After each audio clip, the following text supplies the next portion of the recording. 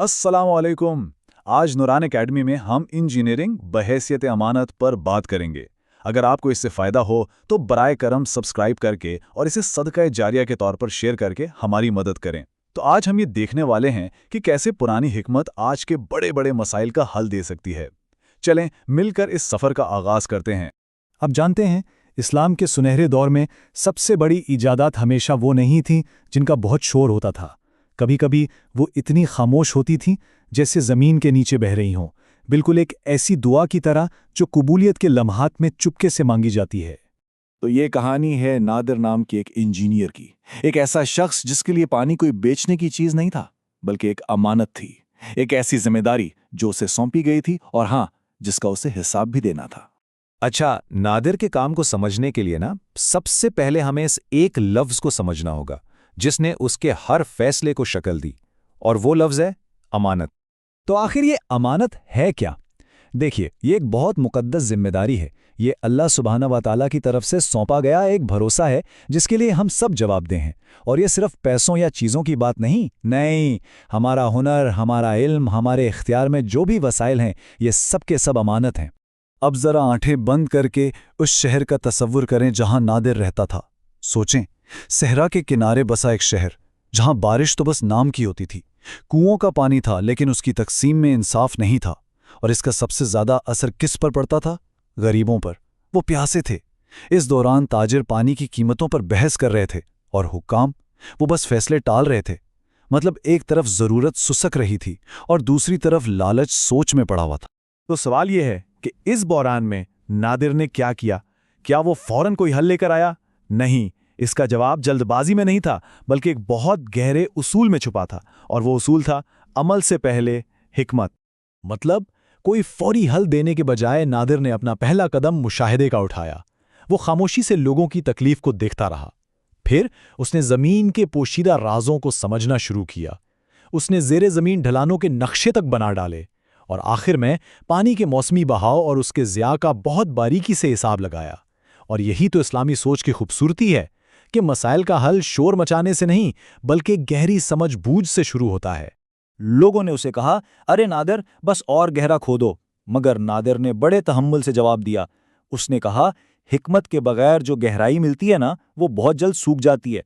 अब देखें, ये सिर्फ एक जुमला था, लेकिन इस छोटे से जुमले में पायदार तरक्की का पूरा फलसफा छुपा हुआ था। अच्छा, तो जब मुशाहिदे से हिकमत मिल गई तो नादिर का अगला कदम इस्लामी अखलाकियात के एक बहुत अहम स्तून पर मबनी था, और वो था अदल का उसूल। अब जब हम अदल की बात करते हैं तो इसका मतलब सिर्फ कोर्ट कचहरी का इंसाफ नहीं है। नहीं, इसका मतलब है तमाम मामलात में बराबरी और गैर जानिबदारी।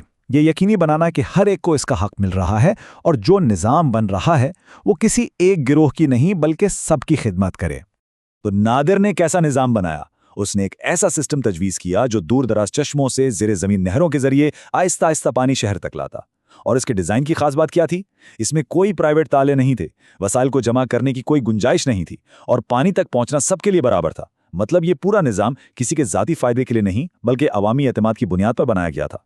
मकसद सिर्फ एक था, पानी की तकसीम मुनसफाना हो और पूरा मुआशरा इससे फ़ायदा उठाए। लेकिन जाहिर है शहर के अमीर जमींदारों को ये बात पसंद नहीं आई। उन्होंने एतराज़ किया और वही सवाल पूछा जो आज भी वसाइल की तकसीम के वक्त पूछा जाता है। अच्छा, तो इसका मालिक कौन होगा? नादिर का जवाब बहुत सादा था, लेकिन उतना ही गहरा भी। उसने कहा, जिस चीज़ पर सबका इन्हिसार हो उसका कोई एक मालिक नहीं होता। और यही तो इस्लामी क़यादत की असल रूह है कि निज़ाम मुनाफा कमाने के लिए नहीं बनाए जाते, बल्कि इंसाफ कायम करने के लिए बनाए जाते हैं। चलें जी, मंसूबा तो इंसाफ पर मबनी था, लेकिन उसे बनाना, उस पर अमल करना एक और उसूल मांगता था।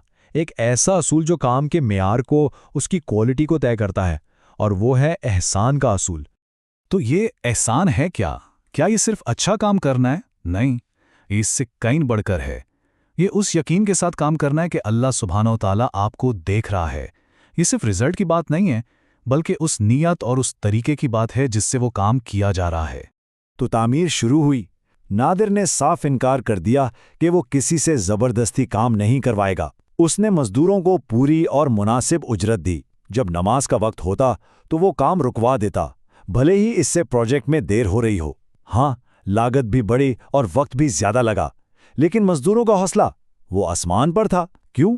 کیونکہ جب انسان کے وقار کی حفاظت مقصد ہونا تو پھر حلال ارادے سست ترقی کو بھی قبول کر لیتے ہیں۔ تو منصوبہ بہترین طریقے سے بن تو گیا، لیکن ایک آخری اور شاید سب سے مشکل آزمائش ابھی باقی تھی، اور وہ تھی نیت کی آزمائش، یعنی اخلاص۔ اخلاص کا مطلب کیا ہے؟ اس کا مطلب ہے اپنی نیت کو ہر قسم کی دنیاوی خواہش سے پاک کر لینا۔ یہ سوچنا کہ یہ کام شہرت کے لیے نہیں ہے، پیسے کے لیے نہیں ہے، طاقت کے لیے نہیں ہے، بلکہ صرف اور صرف اللہ سبحانہ و تعالیٰ کی رضا کے لیے ہے۔ یہی وہ روح ہے جو کسی بھی عمل کو قبولیت کا درجہ دیتی ہے۔ آخر کار وہ دن آ ہی گیا جب پانی بہنے لگا۔ اسی وقت ایک بہت با اثر آدمی نادر کے پاس آیا۔ اس نے کہا، میں تمہیں اور پیسے دوں گا، تمہیں اور اختیار ملے گا، بس اس پانی کی تقسیم کا کنٹرول مجھے دے دو۔ اب یہ نادر کے لیے ایک بہت بڑی آزمائش تھی۔ ایک طرف دنیاوی فائدہ تھا اور دوسری طرف لوگوں کی امانت۔ نادر نے کیا کیا؟ اس نے اس پیشکش کو ٹھکرا دیا۔ اسی رات اس نے اپنی ڈائری میں ایک بات لکھی۔ اس نے لکھا، اگر میرا بنایا ہوا یہ نظام لوگوں سے پہلے طاقت کی خدمت کرے گا تو یہ قیامت کے دن میرے خلاف گواہی دے گا۔ یہ کتنی بڑی یاد دہانی ہے ہمارے لیے کہ ہر اپ گریڈ، ہر ترقی ہمیشہ بہتری نہیں ہوتی۔ تو آخر میں نتیجہ کیا نکلا؟ اس مخلصانہ عمل کا پھل کیا ملا؟ حکمت، عدل، احسان اور اخلاص سے کیے گئے کام کی اصل لیگیسی کیا ہوتی ہے؟ دیکھیں، وقت گزرتا گیا اور شہر وہ خاموشی سے بدل گیا۔ جہاں پہلے دھول اڑتی تھی، اب وہاں کھیت لہلا رہے تھے۔ بیماریاں بہت کم ہو گئیں اور بچے وہ اب پانی کے مٹکے اٹھانے کے بجائے ہاتھوں میں کتابیں اٹھائے نظر آنے لگے۔ یہ رحمت کا وہ بہاؤ تھا جو صرف ایک مخلص نیت سے شروع ہوا تھا۔ وقت کے ساتھ ساتھ بہت کم لوگوں کو نادر کا نام یاد رہا۔ شاید کوئی بھی نہیں جانتا تھا کہ یہ کس نے کیا، لیکن کہتے ہیں کہ پانی کا ہر قطرہ اس کی نیت کو یاد رکھتا تھا، اور یہی سچ ہے، کیونکہ اصل میراث نام میں نہیں ہوتی بلکہ اس نیت میں ہوتی ہے جو کام کے اندر ہمیشہ زندہ رہتی ہے۔ اور یہ کہانی آج ہمیں ایک بہت اہم سوال کے سامنے لا کھڑا کرتی ہے۔